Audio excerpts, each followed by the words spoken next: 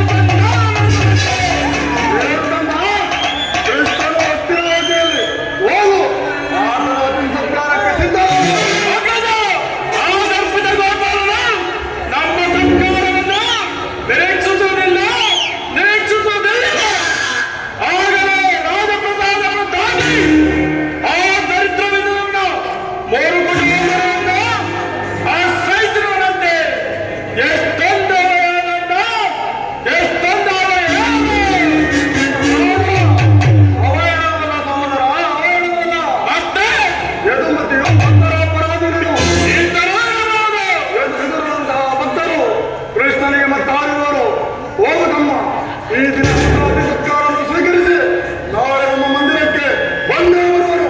ಹೋಗು, ಸಿದ್ಧರಾಗು.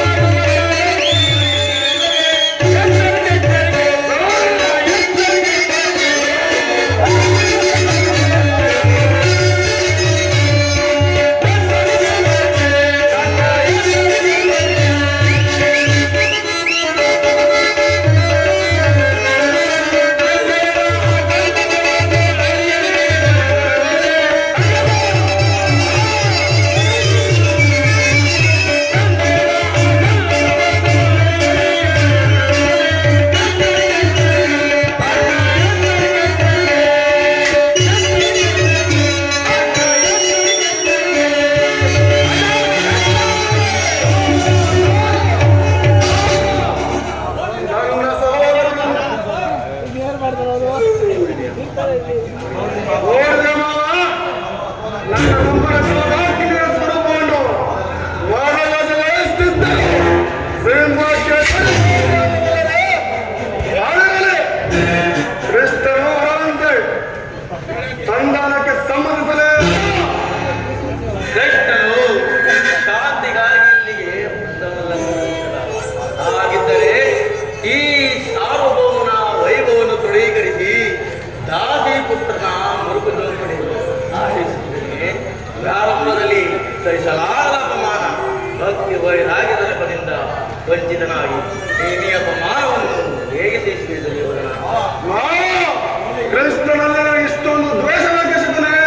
ಆತನು ಕ್ಷತ್ರಿಯ ಜಾತಿಯ ಭಾರತ ವರ್ಷದಲ್ಲಿ ಕ್ಷತ್ರಿಯರನ್ನು ನಿರ್ಮೂಲ ಮಾಡಲು ಆತನು ಅವತರಿಸುವನು.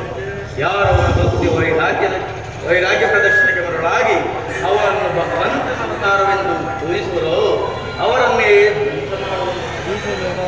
ಕಂಸ ಜರಾಸಂಧ ಮಿತ್ರರಾಗಿದ್ದರು. ಕಾರಣವಿಲ್ಲದೆ ಕಂಸನನ್ನು ಬಲಿಸಿ ಮಾತ್ರಕ್ಕೆ ಸಿಂಹಾಸನದ ಮೇಲೆ ಕೊಳ್ಳಿಸಿ ಸಹೋದರನು ಸುಲಭಾಗಿ ಮಾಡಿ ರಾಜ್ಯಲಕ್ಷ್ಮಿಯನ್ನು ಇಂಥವನಿಗೆ ಮನ್ನಕ್ಕೆ ಗೌರವಿಸುತ್ತಾ ಮತ್ತೆ ನನ್ನನ್ನೇ ನನ್ನ ಗೋಪಾಲನ ಮನೆಯ ಬಾಗಿಲಲ್ಲಿ ನಾನು ಬೇಡುವುದು ಈ ದುರ್ಯೋಧನಿಗೆ ಉಚಿತವಾದ ಅದಕ್ಕೊಂದು ಉದ್ದೇಶವಿತ್ತು ಗೌರವಿಸಿದ ಅದೇನು ಉದ್ದೇಶ? ತತ್ವದ ವಿಷಯದಲ್ಲಿ ಎತ್ತ ಬಳಿಕ ಅದರೊಡನೆ ಸರಸವಾಡಬಹುದಲ್ಲವೇ? ಚೈತನ್ಯಕ್ಕಿಂತ ಅವನ ವಿಜಯವಂತ ಯಾದವ ಸೈನ್ಯವು ನಿನಗೆ ಹೆಚ್ಚು ಅವಶ್ಯಕತೆಯಾಗಿತ್ತು. ಕೃಷ್ಣನು ಸೈನ್ಯ ಸಮೇತರಾಗಿ ನಿನ್ನ ಪಕ್ಷವನ್ನು ವಹಿಸಿದರೆ ಕೃಷ್ಣ ನನಗೆ ನೀನು ಬೇಡ, ನಿನ್ನ ಸೈನ್ಯ ಮಾತ್ರ ಬೇಕೆಂದು ನಿಸ್ಸಂಕೋಚವಾಗಿ ಹೇಳಬಹುದಾಗಿತ್ತು. ಆದರೆ ಆ ಅರ್ಜುನನು ನಿನ್ನನ್ನು ಆ ಕಡೆಯಿಂದ ಕೃಷ್ಣನ ಮೇಲೆ ದ್ವೇಷದಿಂದ ಕೃಷ್ಣನು ವಂಚಕನೇ ಇರಬಹುದು. ಆದರೆ ಅವನ ಮೇಲೆ ದ್ವೇಷದಿಂದ ಪಾಪ ಪಾಂಡವರ ಸೈನ್ಯವನ್ನು ಹಿಂಸಿಸಬೇಕಾಗುತ್ತಲ್ಲ. ಪಾಂಡವರನ್ನು ಕೃಷ್ಣನಿಂದ ಬೇರೆ ಮಾಡಲಾಗದು. ಅದೇಕೆ ಮಾಡ?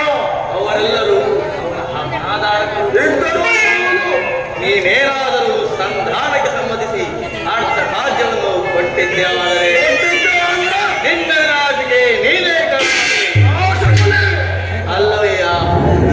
ಪಾಂಡವರು ಪಗಡೆಹಾಟದಲ್ಲಿ ಸೋತಾಗಲೇ ರಾಜ್ಯದ ಮೇಲಿನ ಹಕ್ಕೆಲ್ಲವೂ ನಾಶವಾಯಿತು. ಪುನಃ ಅವರು ಅದನ್ನು ಹೊಂದುವುದೆಂದರೇನು? ಕ್ಷತ್ರಿಯ ವೀರರಿಂದ ಫಲಭಕ್ತಳಾದ ಕುರುಭೂಮಿಯನ್ನು ಭಿಕ್ಷುಕರ ಯಾಚನಾಂಜಲಿ ನೀಡುವುದು ನಿನಗೆ ಉಚಿತವಲ್ಲ. ಪಾಂಡವರು ರಾಜ್ಯಕ್ಕಾಗಿ ಹಂಬಲಿಸಿ ಆದರೆ ಲಕ್ಷ್ಮಿ ಎಂದು ಕೈ ಹಿಡಿಯಲಿ. ಅದನ್ನು ಬಿಟ್ಟು ಈ ಮೇಲಿಂದ ಮೇಲೆ ಈ ದೈನ ವೃತ್ತಿ ಏಕೆ? ಸರಿಯಾಗಿ ಹೇಳಿದ ರಾಜ. ಆ ಯುದ್ಧದ ಹೊರತಾಗಿ ಆ ಪಾಂಡವರಿಗೆ ಸೂರ್ಯಮನೆಯಷ್ಟು ಜಾಗವನ್ನು ಕೊಡುವುದಿಲ್ಲ. ಮಾತ್ರವಲ್ಲ ಸಂಧಿಯ ನೆಪದಿಂದ ಬಾರಿ ಬಾರಿಗೂ ನನ್ನ ಪ್ರತಿಷ್ಠೆಯನ್ನು ತೋರುತ್ತಿರುವ ಕಳ್ಳ ಕೃಷ್ಣನಿಗೂ ತಕ್ಕ ಪ್ರಾಯಶ್ಚಿತವಾಗಲೇಬೇಕು. ಆಗಲೇಬೇಕು. ಆ ವಿಚಾರದಲ್ಲಿ ನನ್ನ ಒಂದು ಸಲಹೆ ಇರುವುದು ಕೌರೇಶ್ವರ.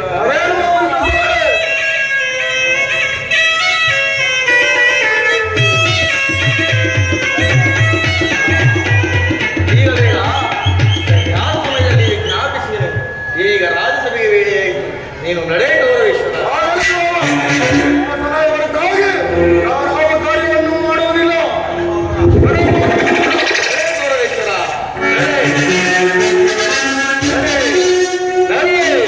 ಭೀಮನಿಂದಲೇ ಮುರಿಸುವೆ ನಿನ್ನೀ ತೊಡೆ. ಗುರುಕುಲದ ರಗಲಿ ನೀನಾಗುವೆ ರಣರಂಗದಲ್ಲಿ ನರಬಲಿ. ಗೌರವೇಶ್ವರ ನನ್ನ ಸಲಹೆ ನನ್ನ ಸಲಹೆಯನ್ನೇ ಕೇಳ್ತಾ ನಡೆ. ನಿನ್ನ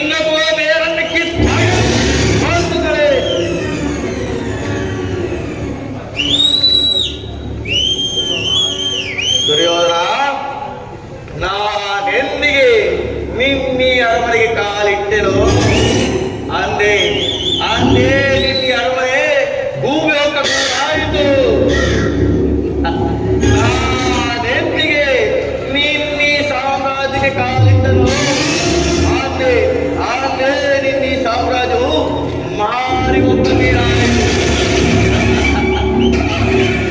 ಕರುಣೆ ತೋರಬೇಕಿದ್ದ ಸೋದರ ಮಾವನನ್ನೇ ಯಾರಾಗಿ ಕೆರಳಿಸಿದ ಗುರುಕುಲ ಕೊಂದಿಗೆ ಕೇಳು ಶಗುನಿ. ಶಗುನಿ ಈ ಶಗುನಿ ಎಂಬ ಪದದ 3 ಅಕ್ಷರದ ಅರ್ಥವನ್ನಾದರೂ ತಿಳಿದಿರುವೇನೋ ಮೂಡ? ಹೇಳಲು ಕೇಳು. ಶಾ ಎಂದರೆ ಶಾಪದ ಮಾಡಿ ಶತ್ರುವಿನ, ಗೂ ಎಂದರೆ ಕುತಂತ್ರದಿಂದ ನೀ ಎಂದರೆ ಹೆಣ್ಣಿನ ನಿರ್ಮೂಲ ಮಾಡುವುದು.